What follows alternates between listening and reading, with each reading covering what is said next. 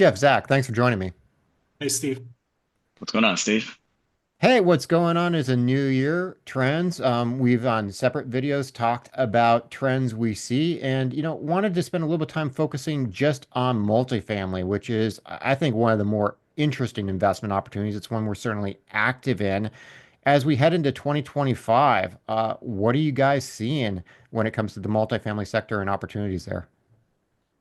Well, in the last video, I kind of was a naysayer, and it's funny because I started out as a naysayer probably a decade or 2 decades ago, and I grew into a positive proponent in the mid 2010s, and again probably in 2022. And then you can see how quickly I turned back into a naysayer. I don't think multifamily is going to go anywhere. I just don't believe that you're going to see the things that people are expecting, which is, mid high single digits or double digits growth in rent. You kind of got to this point where pricing still has gotten just way too high for most people to afford, especially in some of these secondary and tertiary markets. You're not going to get, a $1,500 a month one bedroom rent in the outside 50 minutes outside Toledo, Ohio. It's just not going to happen. But that's what people are expecting, and that's kind of what costs are at this point. And so we kind of predicted rate pullbacks to help. We kind of predicted a positive growth cycle in terms of pro-business government, et cetera.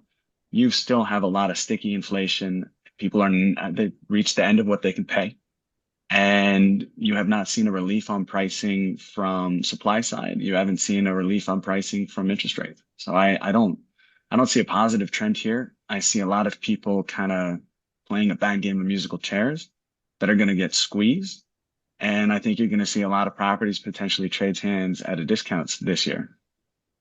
Yeah, I might disagree a little bit, but I agree with most of that. The only side I think is, I think you're going to see just the natural stagnation. There's too much inventory out there, and there's too much inventory being built. So if I'm being real about it, it's going to be needle in the haystack deals that are going to be really good opportunities.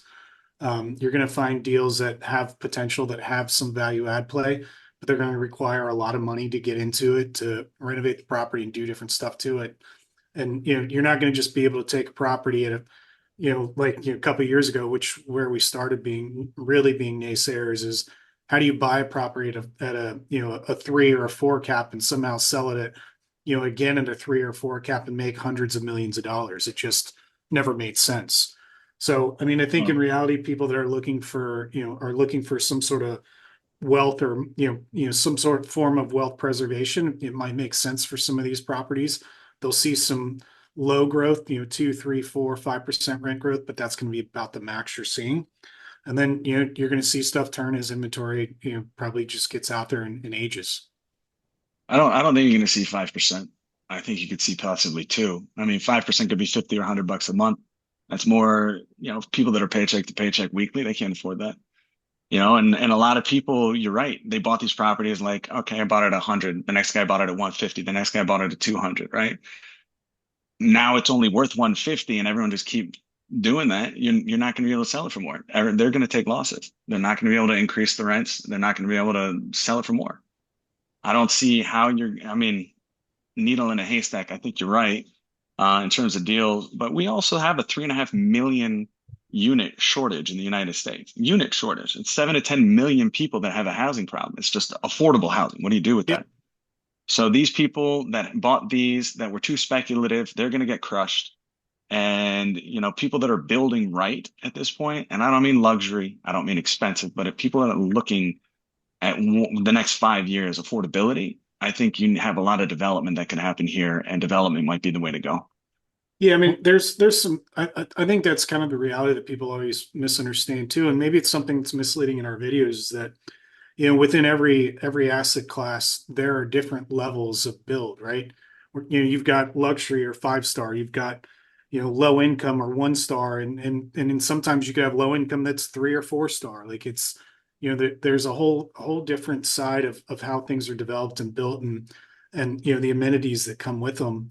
I think to really be successful moving forward, you're going to have to think about the amenity bases, for the properties, and that just doesn't add enough income to make something worth that much more. But you got to be creative to be able to get increases in value. Yeah, well, Right. I agree with everything we're talking about. I'm gonna throw out a few positives too here though.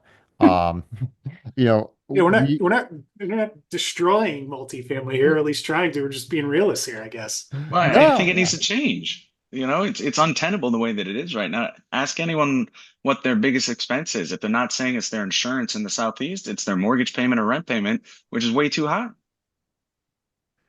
Yeah, no, like I said, I agree with everything. I think the positives is why there are going to be some needles in that haystack. And I think, you are going to have some people that have quality properties with bad operating models, and they're going to have to sell. And if you can get that at the right price, you really have the potential to get some steals here. Whenever you see churn in the market, there's opportunities to get some bargains if you're working hard, and we're working hard. Um, there's the difference in metros, right? There's some areas that are going to grow, that are going to get economic growth. I think the reshoring and the rebuilding of industrial capacity is a real thing.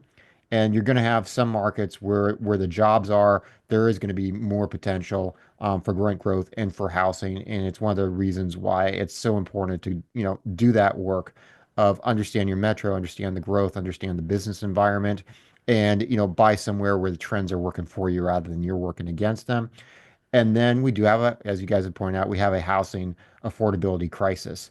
Um, for folks who don't own a house, their, mortgage rates right now are ticking back towards 7%. The financing isn't cheap, house prices haven't come down, and then you're getting whacked with insurance costs and higher labor costs for maintenance and everything. A lot of people who'd like to buy are going to be forced to rent. So I agree with all that, but I'm also, and again, I don't think you guys disagree with all this. These other variables are going to create the potential for opportunities if you do your homework and if you're willing to take advantage of where some other people maybe slip up. Also, my dad always said that. He said opportunities are everywhere. You just got to know where to look. So, I mean, we've gotten very good in our business model at finding the metros, the markets, the trends, and understanding what we believe our formula is to identify those opportunities, even in tough markets. So I Yeah, hopefully believe that is going to continue in 2025 as well.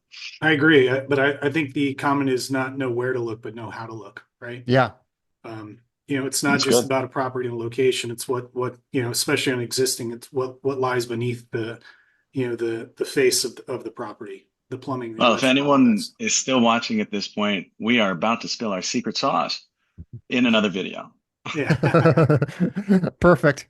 Hey, I hope you guys enjoyed the video. Give us a thumbs up if you did. Click subscribe to the channel if you haven't yet, and visit our website, selectfincap.com, and get on our free weekly newsletter. And comment. Let us know what we're right about, what we're wrong about, and what you'd like to hear more about. And maybe we'll do that video on the secret sauce later. Thanks a lot, guys. Thanks, Steve. Thanks, Steve.